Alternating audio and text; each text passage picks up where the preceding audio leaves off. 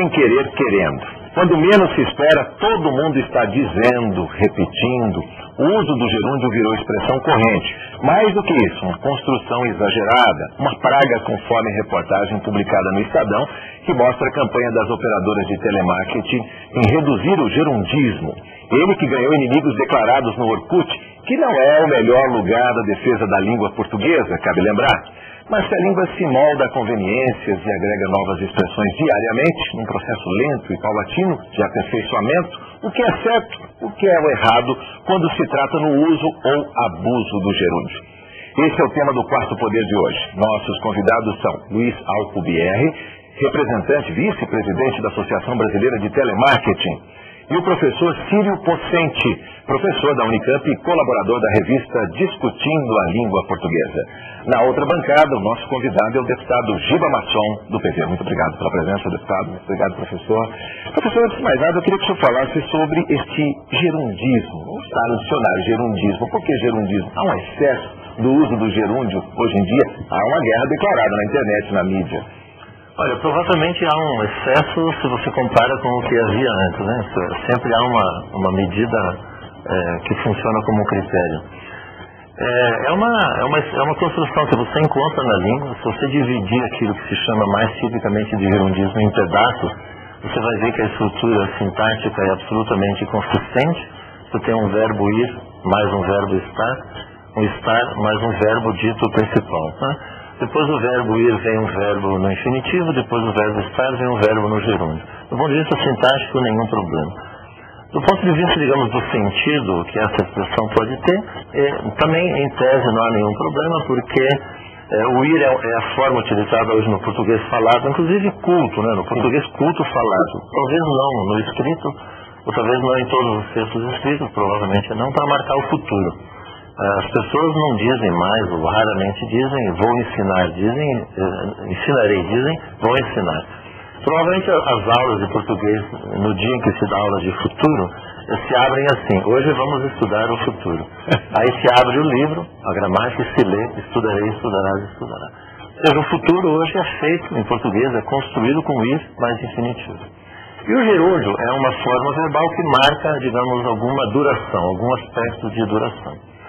Então não há nenhum problema, em tese, em você usar uma construção que tem um verbo auxiliar, um outro verbo auxiliar nessa ordem, ir mais estar, e depois um verbo no gerúndio, se essa construção toda for relativa a um evento que vai ocorrer no futuro e que é durativo de alguma maneira.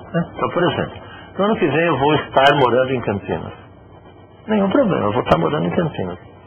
O que provavelmente se tornou um problema, e quem esclareceu isso, a meu ver, muito bem, foram duas linguistas da USP, cujo texto eu li, que se chamam Ivani Viotti e Cher, puxa, vou esquecer o nome da Cher, Ana Cher, que mostraram que o problema dessa construção, essa construção é provavelmente um problema, quando ela aparece com um verbo que é, digamos, tem um sentido de acabamento. Então, se o verbo estar é durativo e o gerúndio implica duração, mas o verbo não aceita duração, então você tem uma espécie de incongruência.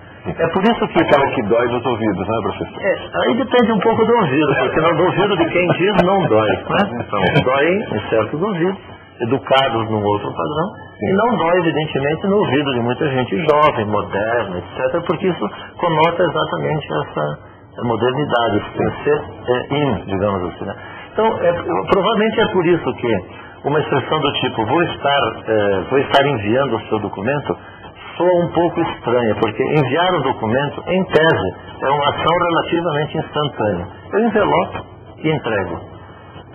Vou estar enviando documentos o dia inteiro, em tese seria uma construção usual. O que você vai fazer amanhã? Vou estar enviando documentos. Vou estar fazendo cópias xerox. Ora, vou estar fazendo xerox do seu RG amanhã, é provavelmente estranho, porque isso em tese implicaria que você vai demorar um dia para fazer aquela xerox. Isso é instantâneo. Então acho que esse é o lugar da incongruência que torna aparentemente essa construção abusiva. Um pouquinho mais. Há quem diga que essa construção veio do inglês. Eu não sei se ela veio do inglês. Acho difícil ainda no programa. Acho difícil porque quem mais usa é quem não sabe inglês.